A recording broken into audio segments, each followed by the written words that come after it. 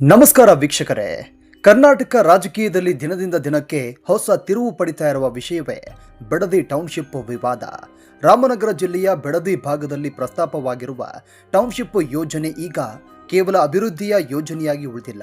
ಇದು ರೈತರ ಬದುಕು, ಭೂಮಿ, ಭವಿಷ್ಯ ಮತ್ತು ಸರ್ಕಾರದ ನಿರ್ಧಾರಗಳ ನಡುವಿನ ದೊಡ್ಡ ಚರ್ಚೆಯಾಗಿ ಪರಿಣಮಿಸ್ತಾ ಇದೆ. ಸರ್ವೆಗಾಗಿ ಅಧಿಕಾರಿಗಳು ಗ್ರಾಮಗಳಿಗೆ ಆಗಮಿಸ್ತಾ ಇದ್ದಂತೆ ಪರಿಸ್ಥಿತಿ ಉದ್ವಿಗ್ನಗೊಂಡಿದೆ. ತಮ್ಮ ಜಮೀನನ್ನು ಕಳೆದುಕೊಳ್ಳುವ ಆತಂಕದಲ್ಲಿರುವಂತಹ ರೈತರು ಮತ್ತು ಮಹಿಳೆಯರು ಪ್ರತಿಭಟನೆ ನಡೆಸ್ತಾ ಇದ್ದಾರೆ. ಕೆಲವೆಡೆ ಅಧಿಕಾರಿಗಳ ವಿರುದ್ಧ ತೀವ್ರ ಆಕ್ರೋಶ ವ್ಯಕ್ತವಾಗಿದೆ. ಮಹಿಳೆಯರು ಪೊರಕೆ ಹಿಡಿದು ಪ್ರತಿಭಟನೆ ನಡೆಸಿದ ದೃಶ್ಯಗಳು ಸಾಮಾಜಿಕ ಜಾಲತಾಣಗಳಲ್ಲೂ ವೈರಲ್ ಆಗ್ತಾ ಇದೆ. ಈ ಹೋರಾಟ ಏಕೆ ಆರಂಭವಾಯಿತು? ರೈತರು ಏನ್ ಹೇಳ್ತಾ ಇದ್ದಾರೆ?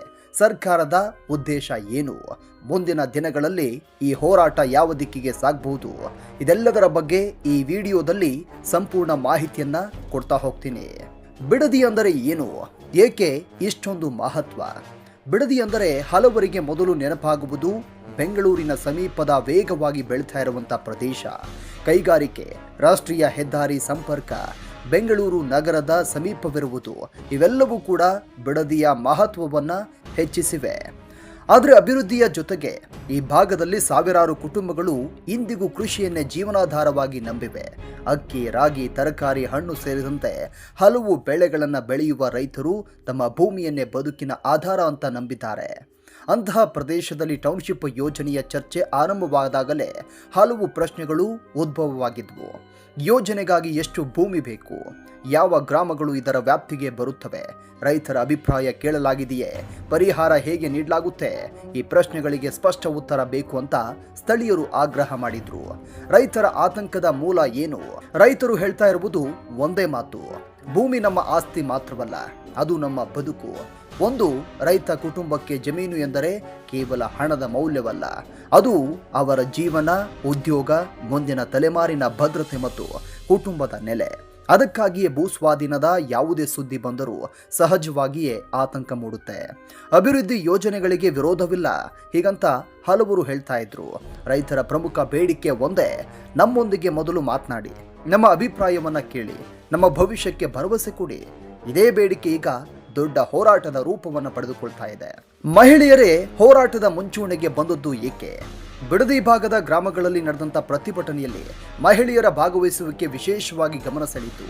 ಗ್ರಾಮೀಣ ಕುಟುಂಬಗಳಲ್ಲಿ ಕೃಷಿ ಕೇವಲ ಪುರುಷರ ಕೆಲಸವಲ್ಲ, ಹೊಲದ ಕೆಲಸದಿಂದ ಹಿಡಿದು ಜಾನುವಾರುಗಳ ಆರೈಕೆ, ಬೆಳೆ ಕೊಯ್ಲು, ಮನೆ ನಿರ್ವಹಣೆಯವರೆಗೆ ಮಹಿಳೆಯರ ಪಾತ್ರ ಬಹಳ ದೊಡ್ಡದು. ಆದ್ದರಿಂದ ಜಮೀನಿನ ಬಗ್ಗೆ ಆತಂಕ ಎದುರಾದಾಗ ಮಹಿಳೆಯರು ಸಹ ಪ್ರತಿಭಟನೆಯ ಮುಂಚೂಣಿಗೆ ಬಂದರು. ಅನೇಕ ಮಹಿಳೆಯರು ಒಂದೇ ಮಾತು ಹೇಳಿದರು: ನಮ್ಮ ಜಮೀನು ಹೋದರೆ ನಮ್ಮ ಬದುಕೆ ಕಷ್ಟವಾಗುತ್ತೆ, ನಮಗೆ ಸ್ಪಷ್ಟ ಮಾಹಿತಿ ಬೇಕು. ಅವರ ಅಭಿಪ್ರಾಯದಲ್ಲಿ ಯಾವುದೇ ಯೋಜನೆ ಜಾರಿಗೊಳಿಸುವ ಮೊದಲು ಸ್ಥಳೀಯರೊಂದಿಗೆ ಸಮಾಲೋಚನೆ ನಡೆಸಬೇಕು ಅನ್ನೋದು ಪ್ರಮುಖ ಬೇಡಿಕೆಯಾಗಿತ್ತು. ಸರ್ವೆಗೆ ಬಂದ ಅಧಿಕಾರಿಗಳೊಂದಿಗೆ ಮಾತಿನ ಚಕಮಕಿ. ಸರ್ವೆ ಕಾರ್ಯಕ್ಕಾಗಿ ಅಧಿಕಾರಿಗಳು ಗ್ರಾಮಕ್ಕೆ ಬಂದಾಗ ಅನೇಕ ಗ್ರಾಮಸ್ಥರು ಅಲ್ಲಿಗೆ ಸೇರಿದ್ರು.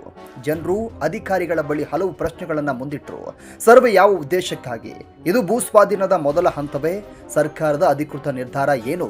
ನಮ್ಮ ಜಮೀನಿಗೆ ಯಾವ ಪರಿಣಾಮವಾಗಬಹುದು? ಈ ಪ್ರಶ್ನೆಗಳಿಗೆ ಸ್ಪಷ್ಟ ಉತ್ತರ ಕೇಳಿದ ಹಿನ್ನೆಲೆಯಲ್ಲಿ ಸ್ಥಳದಲ್ಲಿ ಉದ್ವಿಗ್ನ ವಾತಾವರಣ ನಿರ್ಮಾಣವಾಯಿತು ಅಂತ ವರದಿಯಾಗಿದೆ. ಪ್ರತಿಭಟನೆ ಯಾಕೆ ಇಷ್ಟು ತೀವ್ರವಾಯಿತು? ಹೋರಾಟ ಒಂದು ದಿನದಲ್ಲಿ ಹುಟ್ಟುವುದಿಲ್ಲ.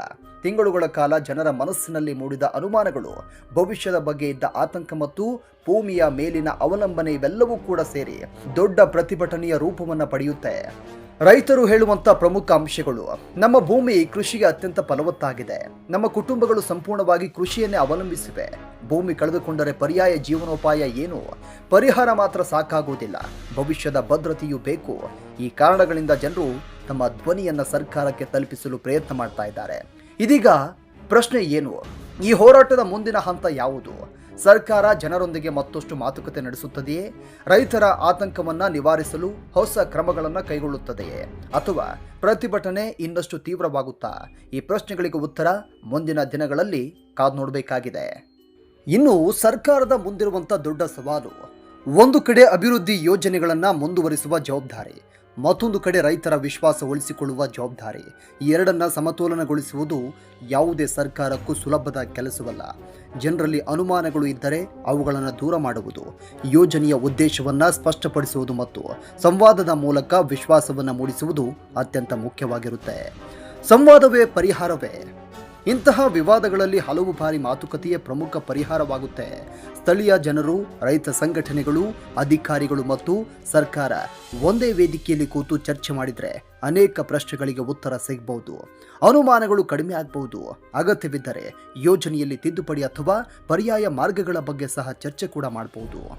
ಮುಂದಿನ ದಿನಗಳಲ್ಲಿ ಏನಾಗಬಹುದು? ಮುಂದಿನ ಬೆಳವಣಿಗೆಗಳ ಮೇಲೆ ಎಲ್ಲರ ಕಣ್ಣು ನೆಟ್ಟಿದೆ. ಮತ್ತಷ್ಟು ಸಭೆಗಳು ನಡೆಯುತ್ತವೆಯೇ? ಸರ್ಕಾರ ಅಧಿಕೃತ ಸ್ಪಷ್ಟನೆ ನೀಡುತ್ತದೆಯೇ? ರೈತರೊಂದಿಗೆ ಒಮ್ಮತ ಸಾಧಿಸಲು ಪ್ರಯತ್ನ ಮಾಡುತ್ತದೆಯೇ? ಅಥವಾ ಪ್ರತಿಭಟನೆ ಇನ್ನಷ್ಟು ವಿಸ್ತಾರವಾಗುತ್ತದೆಯೇ? ಈ ಪ್ರಶ್ನೆಗಳಿಗೆ ಉತ್ತರ ಮುಂದಿನ ದಿನಗಳಲ್ಲಿ ಸಿಗಲಿದೆ. ಒಟ್ಟಾರೆ ಬಿಡದಿಯ ಈ ಹೋರಾಟ ಒಂದು ವಿಷಯವನ್ನ ನೆನಪು ಮಾಡುತ್ತೆ. ಅಭಿವೃದ್ಧಿ ಮತ್ತು ಕೃಷಿ ಎರಡೂ ರಾಜ್ಯದ ಭವಿಷ್ಯಕ್ಕೆ ಅಗತ್ಯ.